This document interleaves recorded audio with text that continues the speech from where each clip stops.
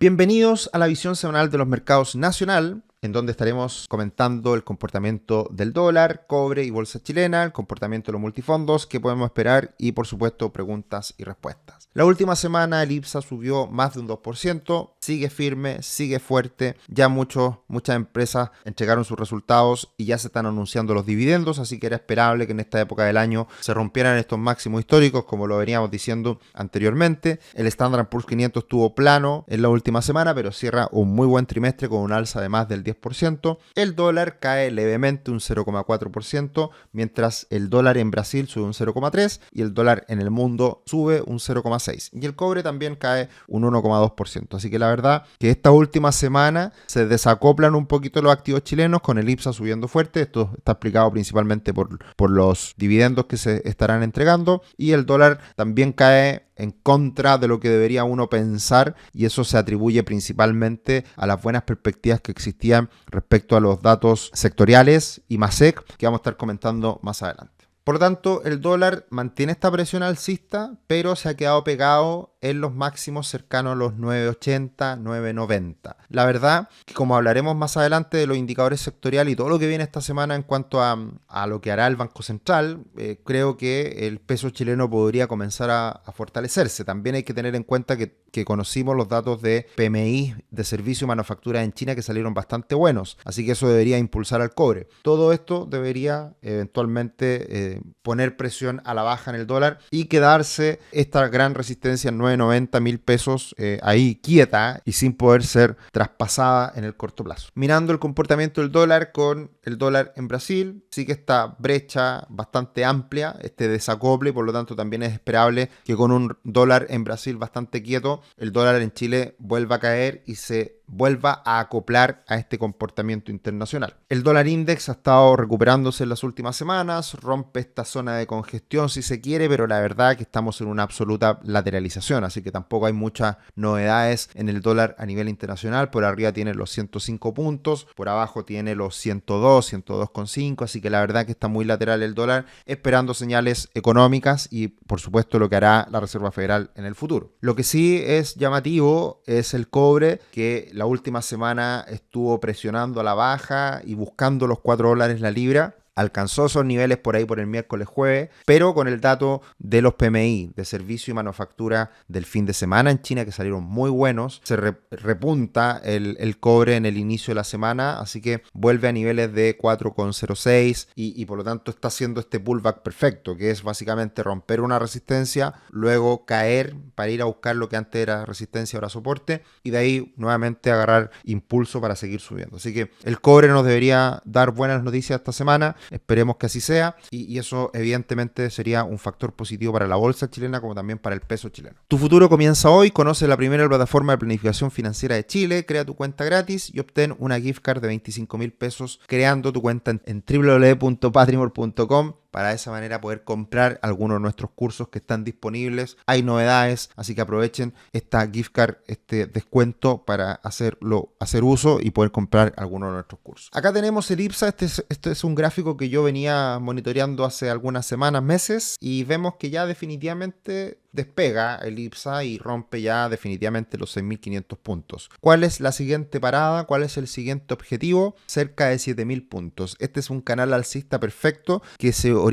inicia en plena pandemia, por ahí por abril del 2020. Y de ahí en adelante, mínimos crecientes, superando resistencias, avanzando lentamente, pero a paso firme, y por lo tanto ahora debería venir un repunte en busca de los 7.000 puntos. Creo que ese es un objetivo más que razonable en el contexto actual para la bolsa chilena, que sigue con valorizaciones bajas, pero también con un contexto internacional que sigue siendo bastante positivo. Como lo hablamos semana a semana en la visión semanal de los mercados internacional, todas las estadísticas avalan un año que ya está siendo muy bueno para la bolsa norteamericana y debería seguir siendo así en los próximos meses. En la última semana, una acción que tiene muy poco volumen transado, AES Andes, sube con bastante fuerza, pero insisto, es una acción con muy poco volumen transado hoy en día, que seguramente en el futuro va a dejar de estar en el IPSA. Entel subiendo cerca de un 5%, Sokimich también subiendo de manera bastante sólida, al igual que la TAM. Y en el lado negativo tenemos a CAP cayendo cerca de un poquito más de un 3%, y LC cayendo un poquito más de un 2%, 1% y esto se atribuye a que el anuncio del dividendo a entregar por parte de ILC no cumplió las expectativas. Así que por ese motivo es que la acción modera un poquito su buen inicio de año que hemos tenido hasta ahora. De todas formas, en el año sube más de un 25%. Y Sencochop cae un 1,31 e IAM un 0,74. Acá vemos el ETF de Chile que nuevamente intenta romper la parte superior de esta zona de congestión. Como hemos dicho en otras ocasiones, hay que estar mirando de cerca lo que pasa con los mercados emergentes en su conjunto, con Brasil. Y la verdad que si bien hay señales esperanzadoras para la bolsa chilena, todavía no se concreta un mejor panorama para los países comparables, como son todos los países emergentes y también Brasil. Y de hecho, la distancia, el desacople que existe entre la bolsa de Brasil y Chile es bastante menor. Vemos que el comportamiento ha sido muy tranquilo en las últimas semanas y muy parecido en ambos mercados. De todas formas, tenemos un muy buen inicio para los multifondos, especialmente para los más riesgosos. El multifondo A sube en lo que va del año cerca de un 11%, en el mes de marzo sube un 2,32%, el multifondo C también avanza con bastante fuerza, cerca de un 5% en el año, cerca de un 2% en el mes de marzo y queda al debe el multifondo E, especialmente por lo que ha pasado con los bonos del tesoro de largo plazo, que no han tenido un buen desempeño en los primeros meses y eso termina contagiando a la renta fija de otros países, en concreto la de Chile. De todas formas, la última semana el multifondo E sube un poquito más de un 0,2% y en el mes de marzo de todas formas sube un 1,5% prácticamente. ¿Qué podemos esperar para esta semana? ¿Qué es lo que vamos a estar atentos a conocer, a mirar? El IMASEC. El IMASEC del mes de febrero, que se esperaba un 3,3% aproximadamente y termina quedando en un 4,5%. Ya estamos grabando este video muy tempranito, día lunes, así que con la actualización de lo que ha sido el IMASEC, que es muy bueno y estamos partiendo el año con un muy buen impulso económico. Esto es sorpresivo para muchos y puede atribuirse a una baja base comparativa, pero también a que lo peor de esta recesión que vivimos el año pasado, recesión o no recesión da lo mismo, por el 0,2,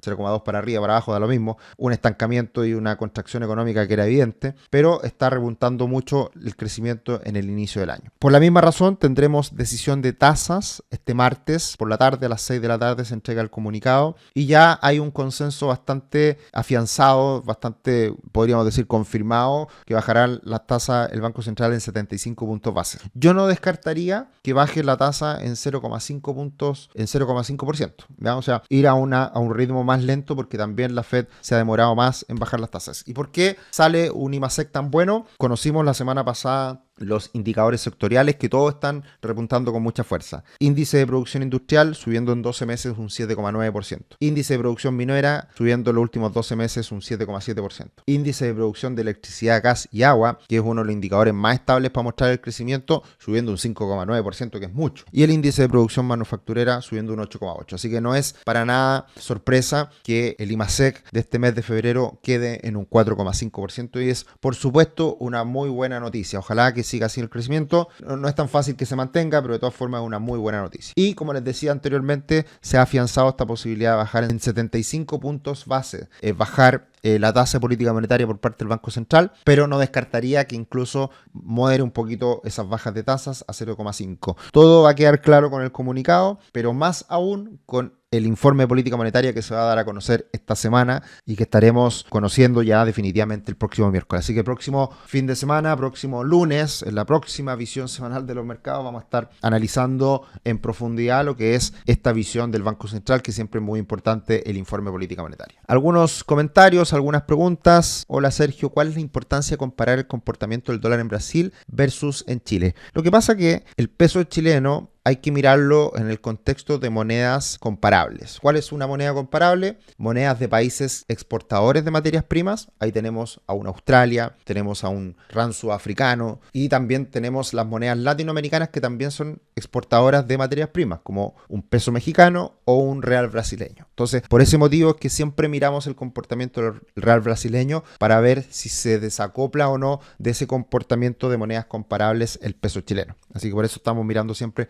comparando ambas divisas. Fernando, hola Sergio, gracias por los videos y siempre darte el tiempo de responder en las redes. Quería preguntarte sobre la acción de la TAM que ha ido al alza el último tiempo, donde desde mayo a la fecha pasó de 5 a 12. ¿La ves como una acción potencial al alza pensando en 2-3 años? Gracias por preguntar, Fernando. Nosotros en general no hacemos recomendaciones de empresas en particular y la verdad que la acción de la TAM, con todo lo que pasó en el último tiempo, es una empresa que quedó muy frágil, muy complicada financieramente y más allá de que pueda ser una buena alternativa a corto plazo por el repunte que está viviendo y que pudiera seguir teniendo en el futuro, no es una empresa que nos guste en general. Ya nos hemos alejado de esta empresa por no mirarla y también por una situación delicada. Entonces, la verdad que no tenemos opinión respecto a acciones y menos respecto a la TAM y es una empresa que en general no nos gusta mucho desde incluso antes de la pandemia, que venía con estados financieros bastante complicados, por decirlo de alguna manera. Leonardo, Sergio, hablaste de la UEF. Hay países como España donde no existe y cuando las tasas estuvieron bajas prestaban hipotecarios al 1% fijo, sin UEF. ¿Por qué otros países pueden trabajar sin UEF y acá no?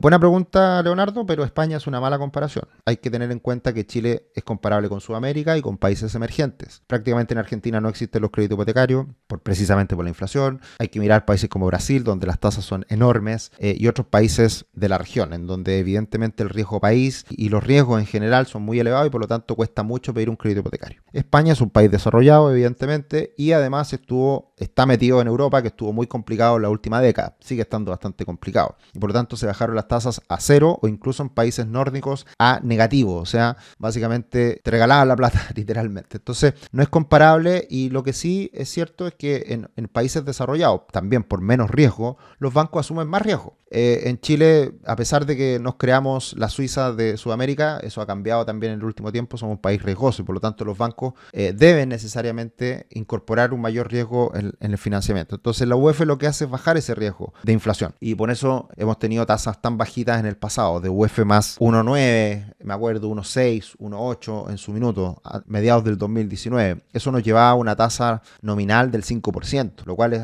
prácticamente comparable con países desarrollados. Pero evidentemente eso ha cambiado y por lo tanto es difícil que sacando la UEF mejore la situación. Todo lo contrario, hoy día somos un país más riesgoso y por lo tanto los bancos evidentemente van a tener que poner una prima por riesgo mayor si es que sacáramos la UEF. Así que por eso veo muy difícil que esto avance o que sea beneficioso para las personas, en este momento en particular. Y por último, gracias Sergio, consulta, leí durante la semana que con la reforma de pensiones que se está tramitando podría ingresar nuevos actores como bancos y aseguradoras. ¿Cómo crees que afectaría al mercado el ingreso de estos nuevos actores? Bien, yo creo que se necesita más competencia, ojalá existan más alternativas de inversión, ojalá se regule esto y no solamente existan las AFP. Con los cambios que se quieren hacer, se podría ampliar este abanico de posibilidades a otras instituciones que no se dediquen a entregar pensiones, sino que solamente a administrar plata, y eso podría ser atractivo para muchos actores, no solamente en Chile, sino que a nivel internacional. Pero esto está en veremos, puede pasar cualquier cosa. Lamentablemente se habla de la reforma de pensiones hace más de 10 años y no ha pasado nada, así que yo no me hago mucha esperanza hasta que no tengamos un proyecto bien avanzado en el Congreso. Eso sería esta semana con la visión semanal de los mercados. Un abrazo, que estén muy bien, nos encontramos en otro video. Chao, chao.